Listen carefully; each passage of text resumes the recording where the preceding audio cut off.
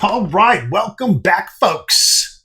Welcome back, Wizardings, to Spellcasting 201. Ernie is fucking dead tired. It is time to get to bed. Sleep.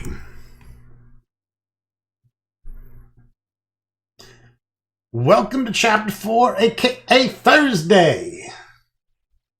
Barmaid in Heaven. Prodigious drinker was offered a bowl of grapes for dessert. No thanks, he said, pushing the bowl back. I never take my wine in pills. The dean was at a sorority house investigating a report that the men who lived in the fraternity house next door never lowered their shades. The dean looked out the window and exclaimed, "Why, I can't see any of the fraternity windows." "Oh, yes you can," said one of the women. "You just have to stand on a chair."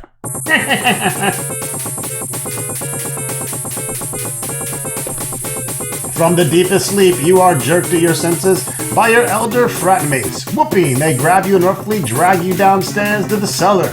Shivering and still half asleep, you are shoved against the wall as the chanting reaches a crescendo.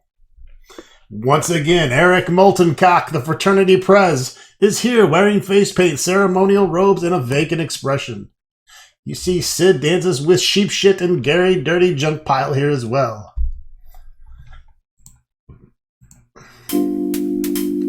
Several upperclassmen push you roughly back against the wall. Pledge Master Cow Patty descends, and assembled upperclassmen begin balking and squawking like a henhouse afire. Cow Patty produces a rubber chicken, and the upperclassmen proceed to flog you and the other pledges across the shoulders and back. Listen, all worthless initiates, for here are your assignments for the day. You have until 9 p.m. this evening to complete them. Dirty Junk Pile, you will raise the HDP flag from the ramparts of Sorcerer Stadium. Dances with sheep, you will somehow break up the Malls and Muggers game in Frog Kisser House. Your attention robes until Eagle Beak. You will spike the punch at the afternoon's welcome back party at Barmaid U. Here's a one-day pass to get off campus. He passes you the pass. Pledges, you are the lowest of the low, not fit to lick dried pond scum off the foot of a horsefly. Succeed today, and you will be one step closer to joining the cream of elite, the best of the best, the farts of Sorcerer U. The others file upstairs, squawking and flapping their arms, leaving you alone in the cellar.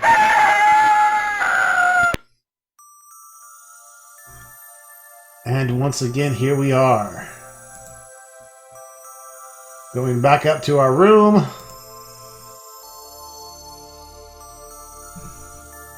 Where all our inventory is on the floor. Alright, let's go ahead and get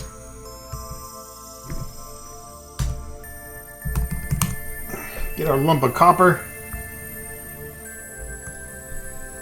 And we're going to get our spell book, of course.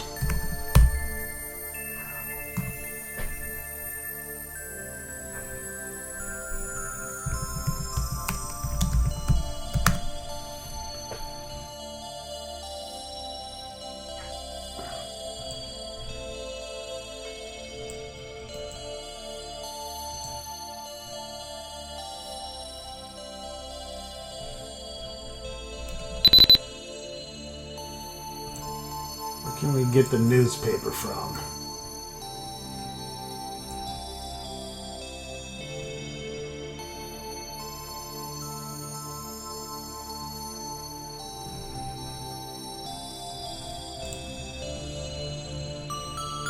Here we go. Read newspaper. Get paper. Read paper.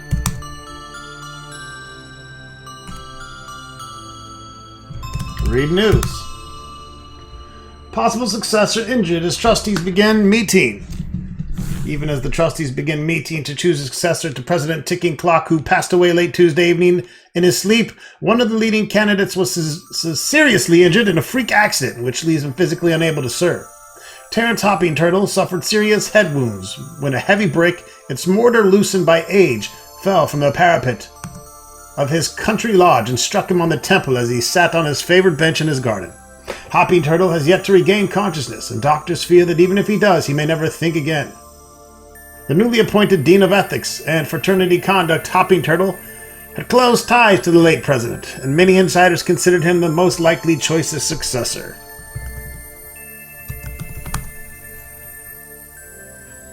Reading the arts section, the Market Tavern, Balmoral City. This review is based on a visit to the Market Tavern conducted last Friday around lunchtime. Location, location, location is the only possible explanation for the popularity of this mediocre establishment. Located right off the marketplace in the heart of the city, in the shadow of historic Balmoral Shrine. The Market Tavern certainly has a high visibility location, but not much else. The food was overcooked, but still served cold. The ale was warm and watery. The wine was so sour it would pucker your asshole, and the asshole also of a statue. The decor, if you can call it that, was drab and dirty. The clientele was an obnoxiously boisterous, unwashed rabble. And the prices were on par with far more desirable taverns. But the crowning jewel, the straw that broke the back of the proverbial camel, was the impertinence of the help.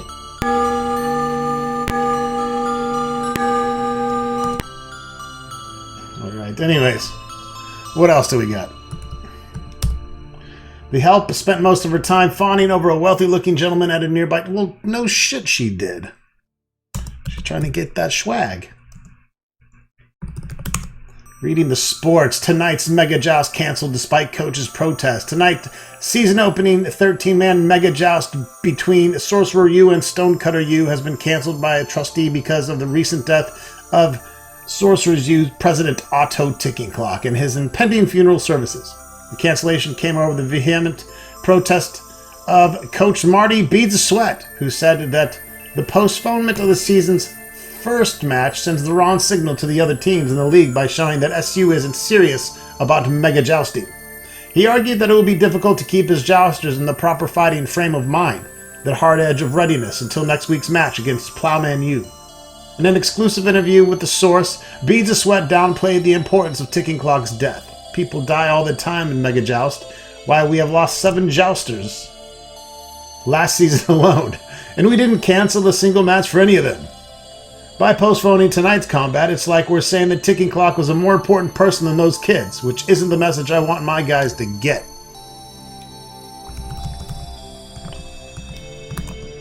We'll read the editorial. Trustees should look for youthful vitality as the trustees make their fateful decision in the shadow of the Sorcerer's University briefest of administrations. They should see the wisdom of choosing a young and energetic president to lead SU into the post-Ticking Clock era.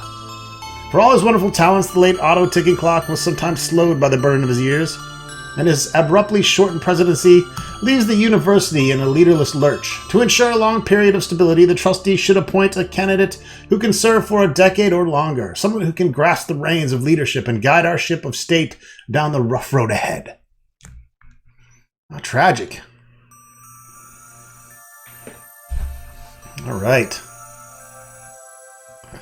So that leaves 3 candidates for the Board of Trustees to choose from. Gregory Broken Links, Xavier Moldy Breadcrust, and the newcomer Bruce Hidden Muller.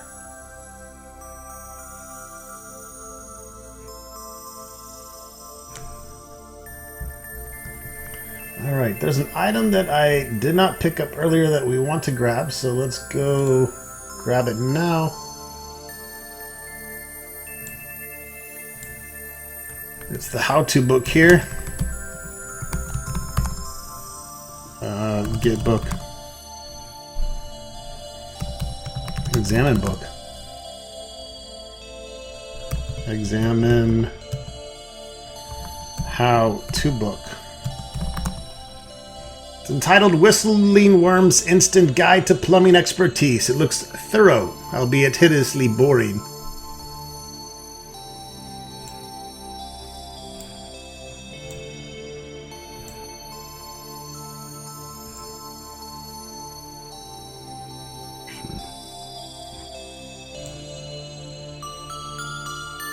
Alright, we are back in our laboratory here with the Appliance.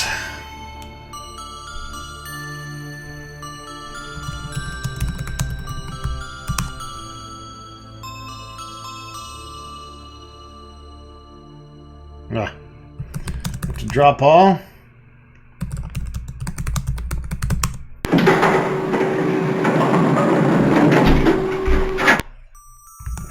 go inside. Turn the dial to 4. Now that we have the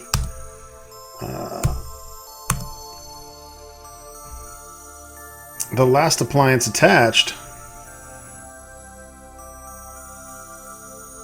we should be able to do a custom do-it-yourself design a babe. The control panel transforms like clay in the hands of the unseen sculptor. The control panel now contains the usual silver lever plus a colored dial, a small wheel, and 3 knobs.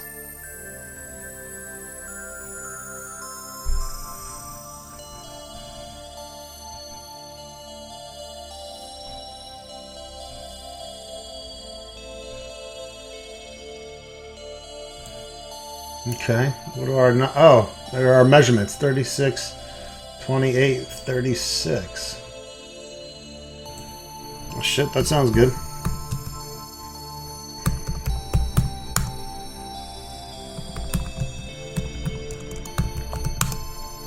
As you throw the lever, a voice makes itself heard within your brain. Activation in 5 minutes. Danger, danger. Depart the appliance at once. You see a pass, a lump of copper, a spellbook, today's paper. A how-to book, the Sorcerer's Appliance, and the lab bench here. The appliance opens and smoke billows from the interior. A golden light shines forth and you see a figure silhouetted in the light. A woman's figure, unrobed. She steps forth into the laboratory and it seems that time itself must have stopped. Or is it only your heart? The woman, in addition to being lovelier than an angel, has the innocence of expression unlike anything you've ever seen. Unravaged by the cruelties of life, this new woman stands before you in a state more pure, more perfect, more untouched than any real woman you could have ever hoped to attain. The woman kneels before you, and in a voice as beautiful as she whispers the first words of her brief existence. Thank you for the gift of life, my handsome creator. I ask but that you speak your bidding, that I might obey and be happy.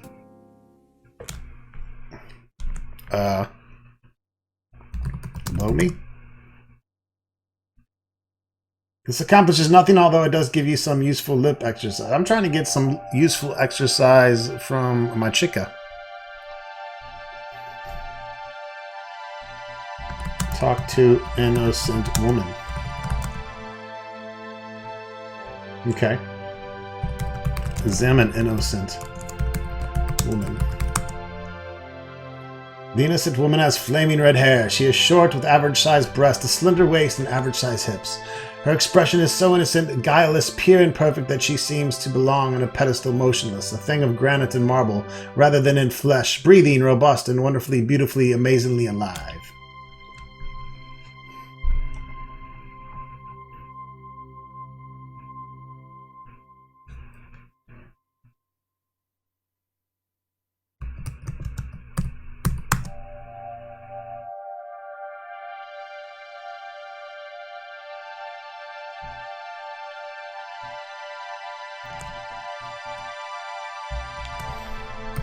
Tell Eve to follow.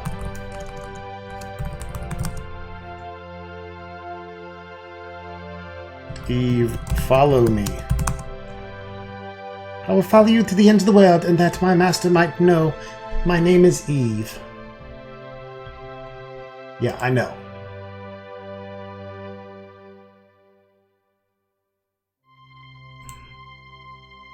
She tugs at your arm. Master, I cannot go outside like this. Her gaze shyly drops to her own nakedness. Only you may look full upon me, but I'll wait here for you forever and ever, and ever and ever. Shit, we need to get her clothes.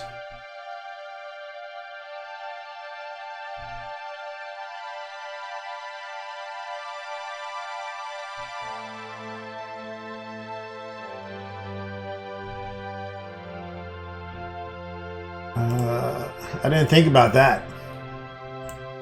I thought she was just going to follow me around naked.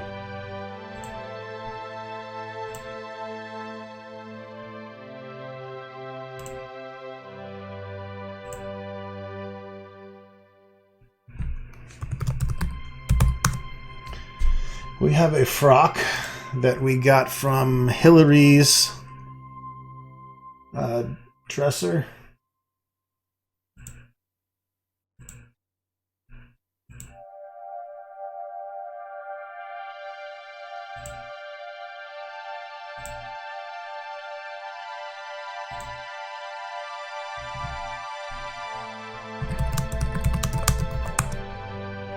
Eve slips into the dress. Oh, Ernest, it's far more lovely than I deserve.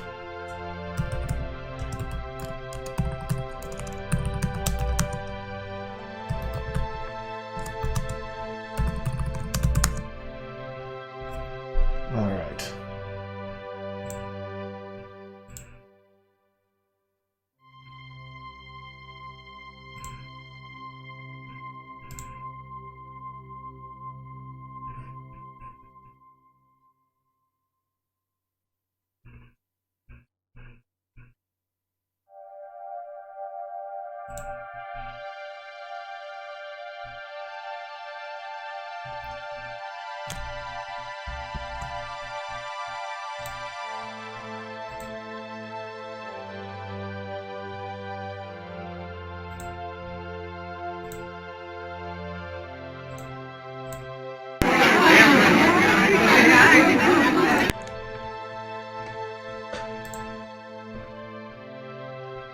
All right, we're in the pub.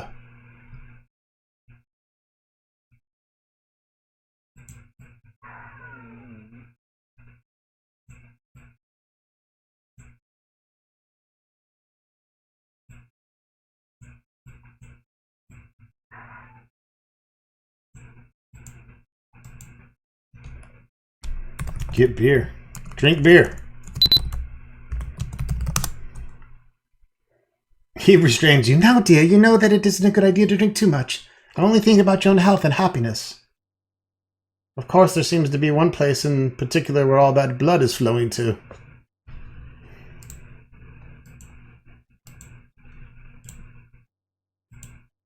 Fucking crush my game. Okay, not sure what the fuck happened there. I had to reload completely. And I just went ahead and started back in the room. Because we're going to need to save some time. So we're going to get the frock. Get the spell book.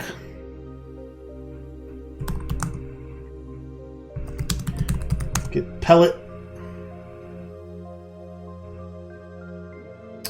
What else? Get copper.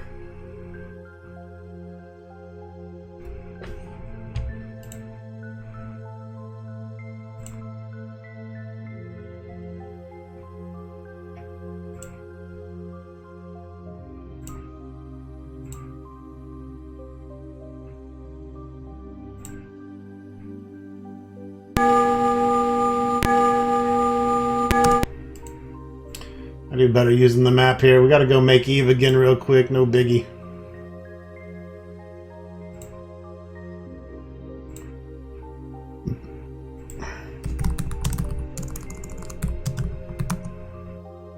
Can make her some bigger titties.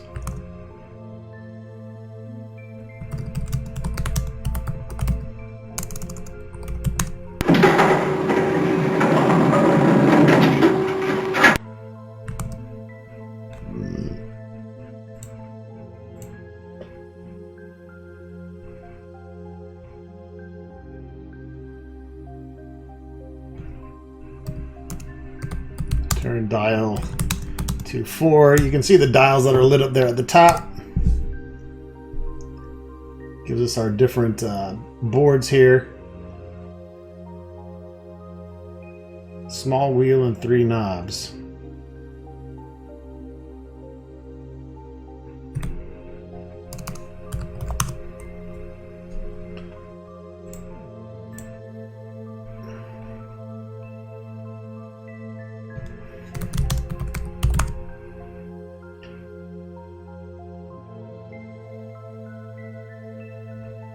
Turn first knob to 42.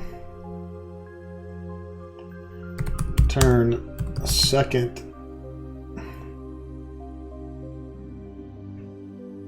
We'll leave the second knob at 24, and then we're going to give her a big fat ass.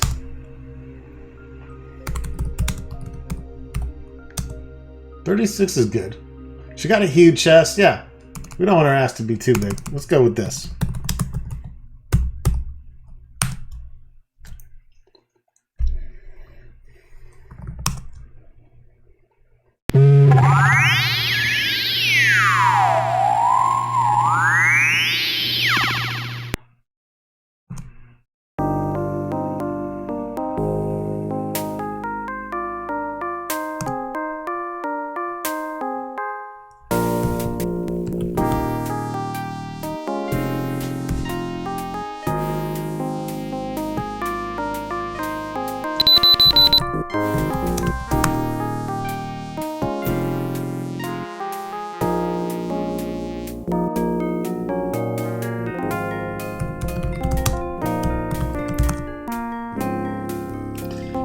She is short, with enormous breasts, a slender waist, and average-sized hips.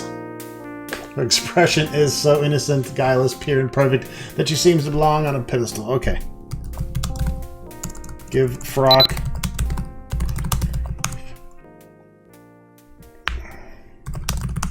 Get all my shit back.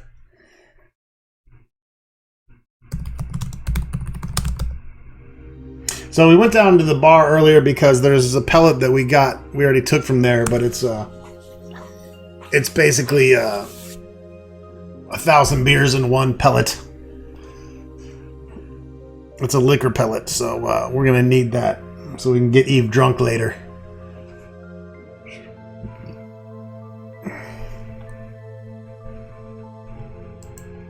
Alright, and let's quickly go grab that book again.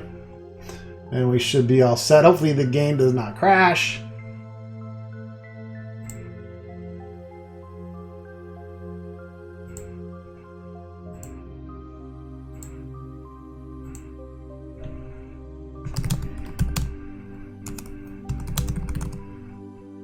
Get how to book.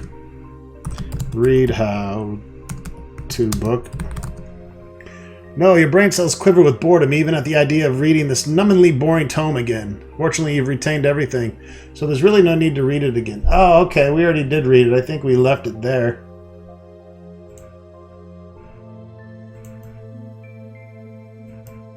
This is the problem with not having played the game in so fucking long. Because a coupon is supposed to fall out of the book, and I probably left it in my room. Cow Patty produces the longest, loudest, and rudest wolf howl you've ever heard. He whistles, pants, salivates, beats his chest, and wails, "Baby, what are you doing hanging around with that two-bit loser weekly pipsqueak terp of a nerd fuck jerk off zero? Nothing personal, Ernie. Well, honey, when you get tired of run face, remember that Uncle Chris is waiting. Revved, red hot, and ready to roll. Yeah!"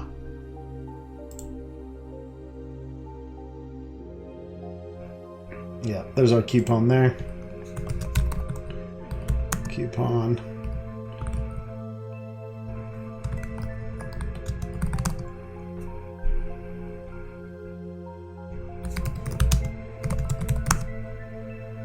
You hear Cow Patty's muffled voice. "Did you catch the knockout babe who's been following Eaglebeak around? Hubba Bubba City!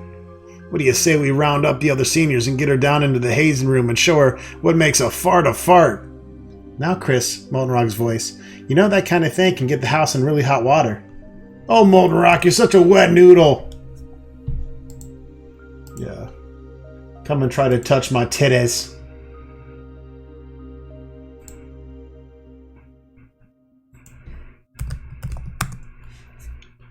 All right.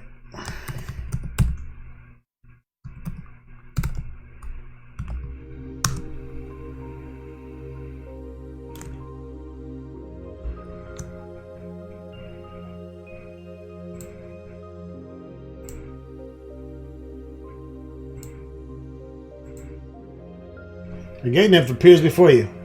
"I'll take your one-day pass, please. Okay, enjoy your day off campus, but be back by midnight.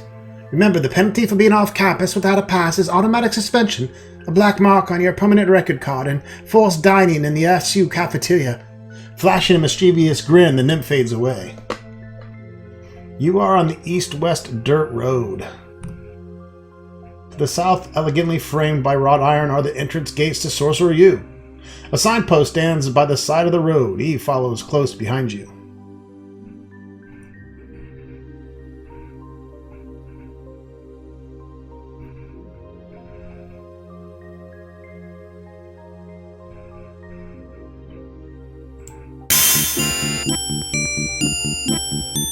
You're on a well-maintained road running east and west. The roadside is hemmed by dense wild underbrush.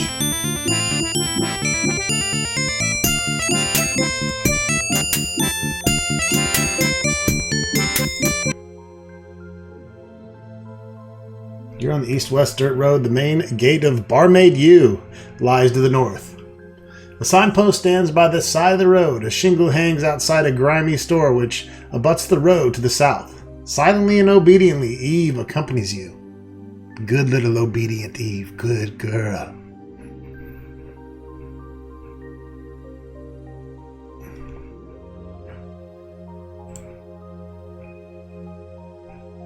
This is a tiny, messy store which clearly deals in plumber's tools and supplies. The only egress is to the north. You see a proprietor here. Silently and obediently Eve accompanies you. Alright, so now that we have that coupon that we got out of the how-to plumbing book earlier, I'm going to give coupon to the plumber dude.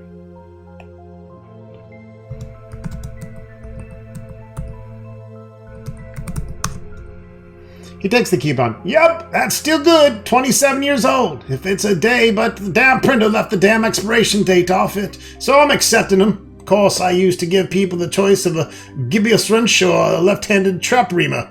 But they discontinued those cockamamie left-handed reamers, so you'll have to take a gibbous wrench. He hands you one. Sorry, not gibbous, gibbous wrench. Yeah. I think it's just kind of like a monkey wrench. Examine wrench. Let's see if we get a better description. It's got that funny, almost circular handle that's characteristic of gibbous wrenches. From reading the plumbing book, you know that gibbous wrenches like this one are invaluable for adjusting shower temperatures. Yeah. I don't know. I call them monkey wrenches. Whatever.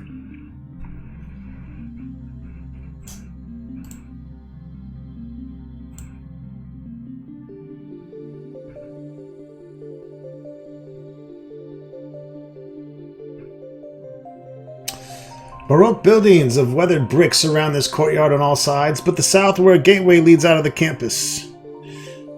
Wait, Baroque buildings of weathered brick surround this courtyard on all sides, but the south, where a gateway leads out of campus. The building to the west, clearly a dormitory, has a second-story window open, from which comes puffs of steam and the sound of running water. A young sapling has been planted beside the dorm. In the center of the common is a statue surrounded by flowers.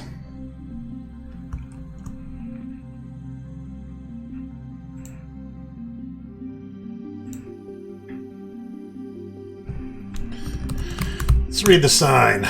Various signs are placed around the shop. One reads, no soliciting. One other states, all sales final. Still another reads, in God we trust. All others pay cash. Based on your own experiences on the island of the gods, the shopkeeper is unwise even to trust gods.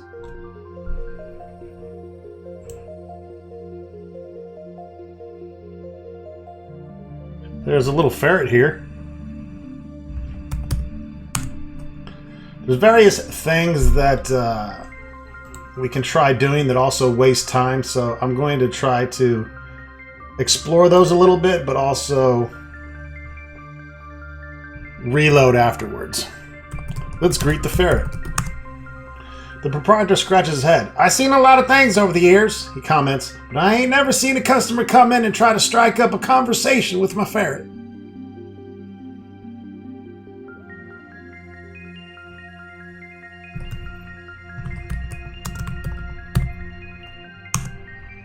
Obviously a full-size Hergel wheel, ideal for any kind of blibble valve repair and indispensable for sharpening any 7-way glog muddle joint.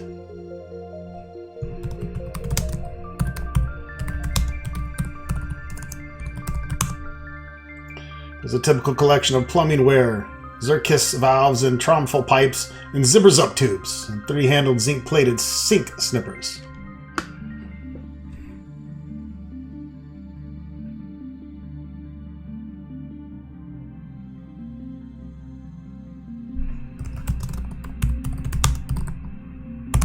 Oh no, I dropped the book. Let's try to date Eve. With Eve, you seem to have skipped right over dating and marriage and gone straight to pussy whipped. Okay. Hey, it happens. She's hot.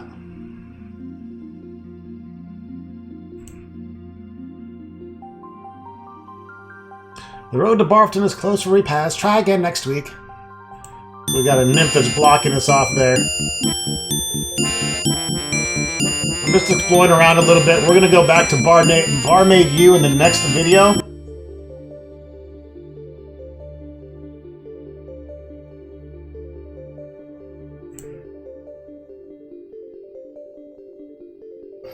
A signpost has been erected at the fork. The road also continues east.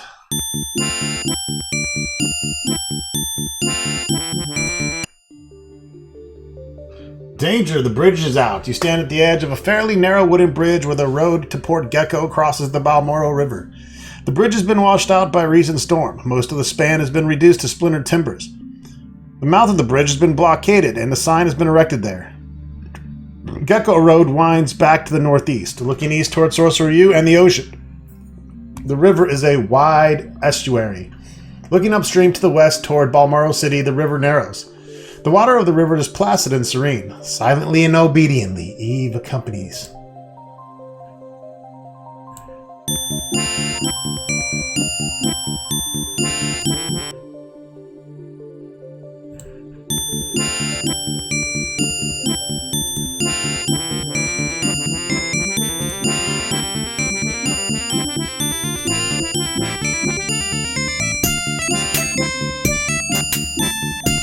Make Untamed Undergrowth.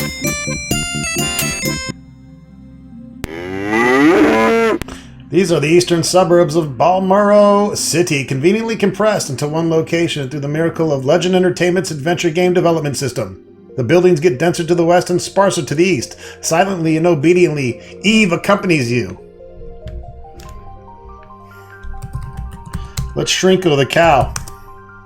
The cow shrinks. Just then a peasant wanders by and notices the calf-sized cow. Oh boy, veal for dinner! He picks up the reduced cow and sneaks away. Moments later, a farmer leads a new cow into view. Here's a good spot for grazing, Bessie, and no one's using it. He leaves the cow in just the same spot where the one you shrank had been standing. From over the hill, you hear a scream of terror as a peasant suddenly finds himself holding a full-size cow.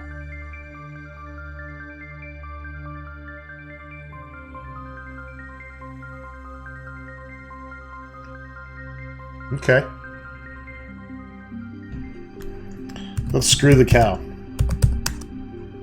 Look, Buster, I'm not even going to consider allowing you to do that. Go try your weirdo sickle perversions in somebody else's game. And when you do, can I watch?